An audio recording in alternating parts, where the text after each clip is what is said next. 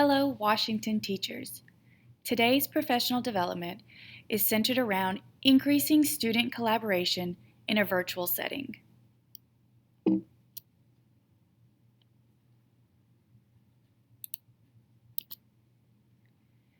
The outcomes of today's PD will be to deepen the understanding of collaborative learning structures, as well as to identify and apply best practices to support a collaborative learning environment.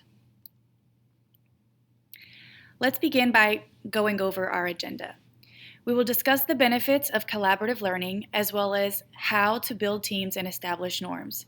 Then we will review several strategies before reflecting in our breakout session and having time to set goals for ourselves. Finally, I'll review several resources that are mentioned in today's PD. Collaborative learning is an approach that encourages students to create groups and work together to solve a given problem. There are several benefits learners get when working in a group setting. For example, they begin to develop social skills. Collaborative learning makes students with different backgrounds, race, or upbringing work together. They are able to hear different opinions and learn more about different cultures. This methodology is ideal for children that have difficulties in a social setting. Working in a collaborative setting also allows the students to learn from their peers. Generally, people have different skills, passions, and knowledge. In a small collaborative group, when a question is raised, different students can have a different answer and children can learn new things from one another, but also understand different perspectives. When students work collaboratively, they also build trust. In order to achieve a goal, students need to work together. They can work together without trusting each other, but for an effective collaboration and to achieve a common goal, they need to learn to trust each other. When students work collaboratively, they engage in learning. In a small group setting, each student has a greater opportunity to express her or his ideas. Being able to do so and being heard can give the feeling of importance and value to the students. The learning experience becomes more fun, and students are engaged, are eager to learn more. Finally, the students will gain confidence when working collaboratively. As students work as a team, they also receive more support, therefore gaining confidence. Collaborative learning can also help shy students express themselves more. We've likely all experienced working in a non-functional group. This could be due to lack of consideration when assigning people to work together. Collaborative groups can't be just assigned. They have to be built and nurtured. Students often need to learn how to work effectively with others and as part of a team. We have to help students understand the what, why, and how of collaboration. When creating groups, we should limit members to no more than 4 or 5 students.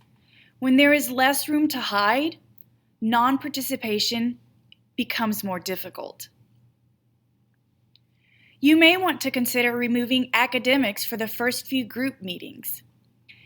Have students do several fun activities in their groups or breakout rooms to build community and ownership before giving a group assignment. One such activity could be to allow the group to choose a name. You may even consider giving them parameters around this, such as no more than 2 syllables or a food name. Another activity you could have the students do is to allow the group to design and color a team logo or even a mascot. After having opportunities to build team working skills, you might want to guide your students to establish expectations and norms for working together.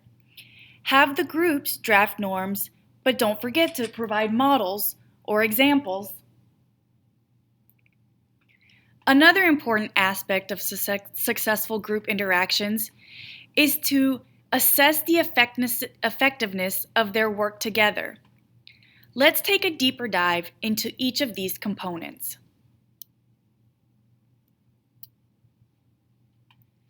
In order for students to begin collaborating effectively, we need to help them understand the benefits of collaboration and what successful collaboration looks and sounds like. You may consider creating an anchor chart with students using their verbiage and suggestions. You might also consider role-playing common scenarios with different groups to demonstrate good examples and bad examples of working together. Try to have as many scenarios as groups so that each group gets a chance to participate and provide input. Some scenarios you may want to consider are when students have a disagreement.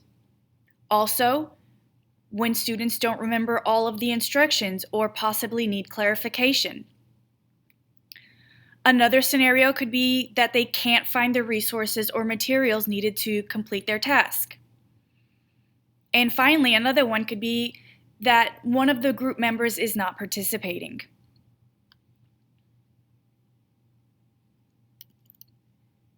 To build ownership and responsibility within group members, you may consider assigning students roles or jobs, and perhaps even having them rotate their jobs weekly or monthly. Talk becomes critical when students discuss tasks or ideas and question one another, negotiating meaning, clarifying their own understanding, and making their ideas comprehensible to their partner. It is during collaborative tasks that students must use academic language if they are to focus on the content. Here again, their understanding grows as they talk with their partners to reflect on their learning. So, how do we support academic discourse among students?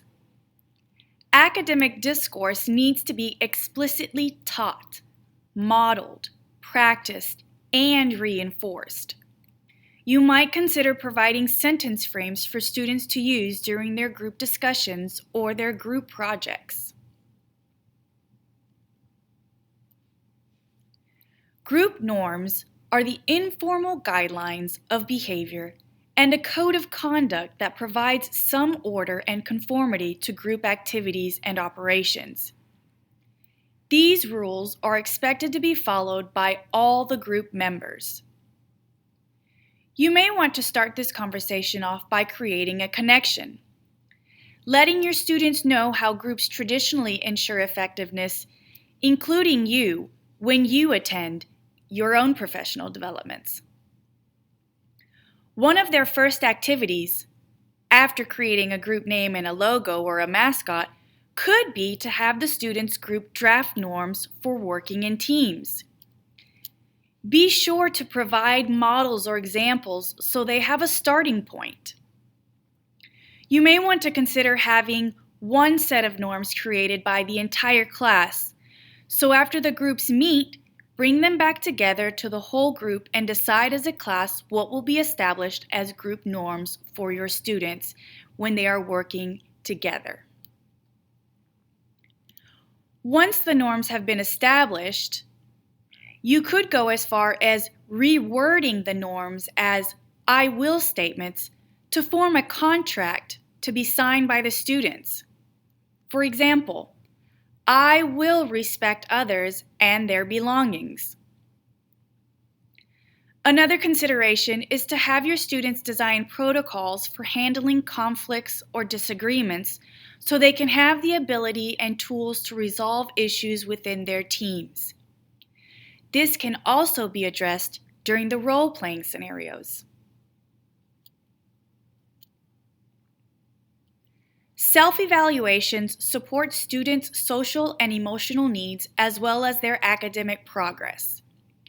By engaging in the process of thinking about and assessing their own work, students act on the evidence of their own learning and take responsibility for it. Students who engage in these activities are more likely to develop internal attributions, a feeling of empowerment, and a sense of autonomy. Another benefit of self-assessment and self-grading is that it promotes self-centered learning.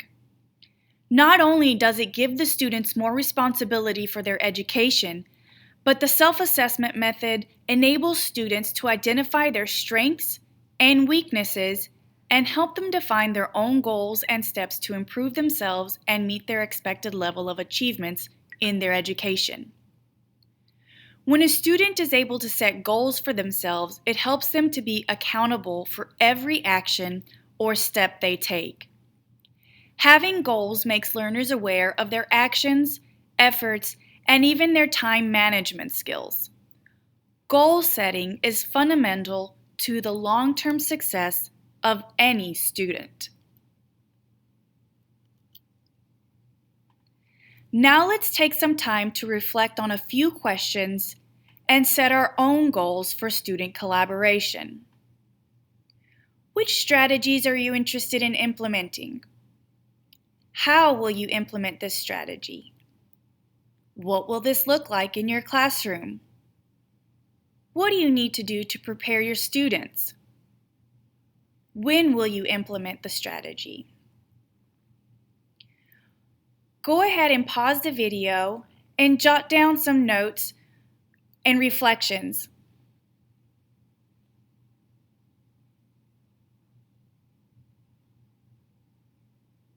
Great. Thanks for reflecting and making a goal for yourself in establishing a collaborative learning environment in your classroom. I just want to review a few resources that were mentioned during this presentation, and they can be found below as well. Team name and logo is an activity that they can do when building team working skills. There's also the student self-assessment group work, which has a variety of rubrics and self-assessments. And there's a couple of accountable talks resources for you to use when providing sentence frames for your students. Today we discussed the importance and benefits of having our students work collaboratively. We also identified several best practices to nurture and support a collaborative learning environment in our classroom. Remember that individually we are one drop, but together we are an ocean.